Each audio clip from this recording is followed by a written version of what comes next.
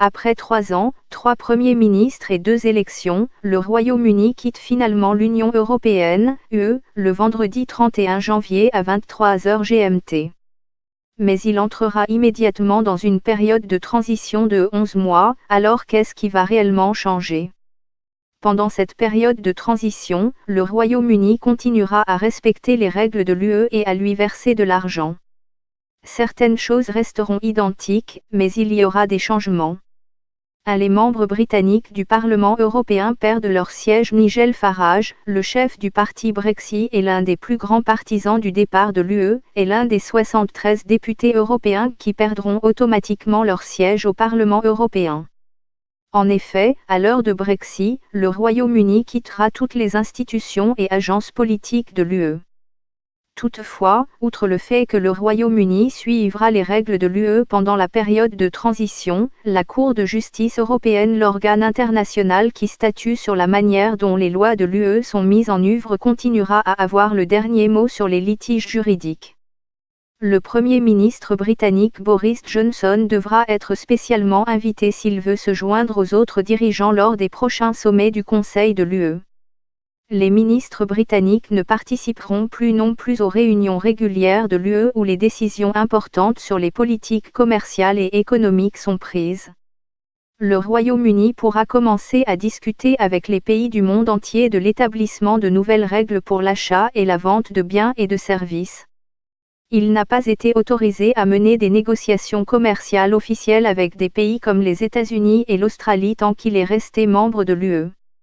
Le camp pro-Brexit soutient que la liberté de définir sa propre politique commerciale stimulera l'économie du Royaume-Uni. Il y a aussi beaucoup de choses à discuter avec l'UE. La conclusion d'un accord commercial entre le Royaume-Uni et l'Union européenne est une priorité absolue, de sorte qu'il n'y aura pas de frais supplémentaires sur les marchandises ni d'autres barrières commerciales à la fin de la transition. Si des accords commerciaux sont conclus, ils ne pourront pas démarrer avant la fin de la période de transition.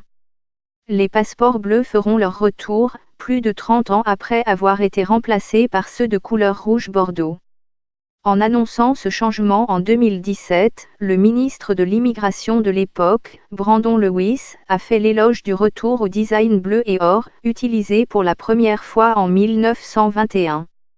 La nouvelle couleur sera introduite progressivement sur plusieurs mois, et tous les nouveaux passeports seront délivrés en bleu d'ici le milieu de l'année. Environ 3 millions de pièces commémoratives de 50 pence de Brexit portant la date 31 janvier et l'inscription « Paix, prospérité et amitié avec toutes les nations » seront mises en circulation.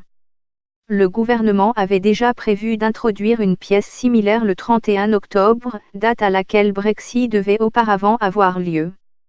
L'équipe qui s'est occupée des négociations entre le Royaume-Uni et l'UE et des préparatifs de l'accord No Deal est dissoute avec le Brexit.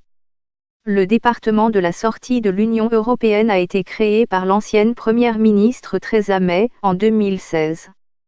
Il ne sera pas possible de ramener au Royaume-Uni certains criminels présumés s'ils fuient vers l'Allemagne.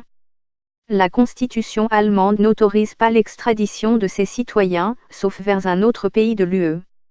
Cette exception ne peut plus s'appliquer après que le Royaume-Uni a quitté l'UE, a déclaré un porte-parole du ministère fédéral allemand de la Justice à BBC News. Il n'est pas certain que les mêmes restrictions s'appliqueront à d'autres pays. La Slovénie, par exemple, affirme que la situation est compliquée, alors que la Commission européenne n'a pas été en mesure de fournir des commentaires. Le ministère britannique de l'Intérieur affirme que le mandat d'arrêt européen continuera à s'appliquer pendant la période de transition. Cela signifie que l'Allemagne pourra extrader des citoyens non allemands. Il ajoute toutefois que si les lois d'un pays empêchent l'extradition vers le Royaume-Uni, il devra prendre en charge le procès ou la condamnation de la personne concernée. Comme la période de transition commence immédiatement après Brexit, beaucoup d'autres choses restent les mêmes au moins jusqu'au 31 décembre 2020. En ce qui concerne le contrôle des passeports, pendant la période de transition, les ressortissants britanniques seront toujours autorisés à faire la queue dans les zones réservées aux seuls arrivants de l'UE. Ce sont les cartes qui permettent aux ressortissants britanniques de bénéficier d'un traitement médical fourni par l'État en cas de maladie ou d'accident. Elles peuvent être utilisées dans n'importe quel pays de l'UE, ainsi qu'en Suisse, en Norvège, en Islande et au Liechtenstein, et resteront valables pendant la période de transition. La liberté de circulation continuera à s'appliquer pendant la transition, de sorte que les ressortissants britanniques pourront toujours vivre et travailler dans l'UE comme ils le font actuellement. Les ressortissants britanniques vivant dans l'UE continueront à recevoir leur pension et bénéficieront également de l'augmentation annuelle. Le Royaume-Uni continuera à contribuer au budget de l'UE pendant la transition. Cela signifie que les régimes existants, financés par des subventions de l'UE, seront maintenus.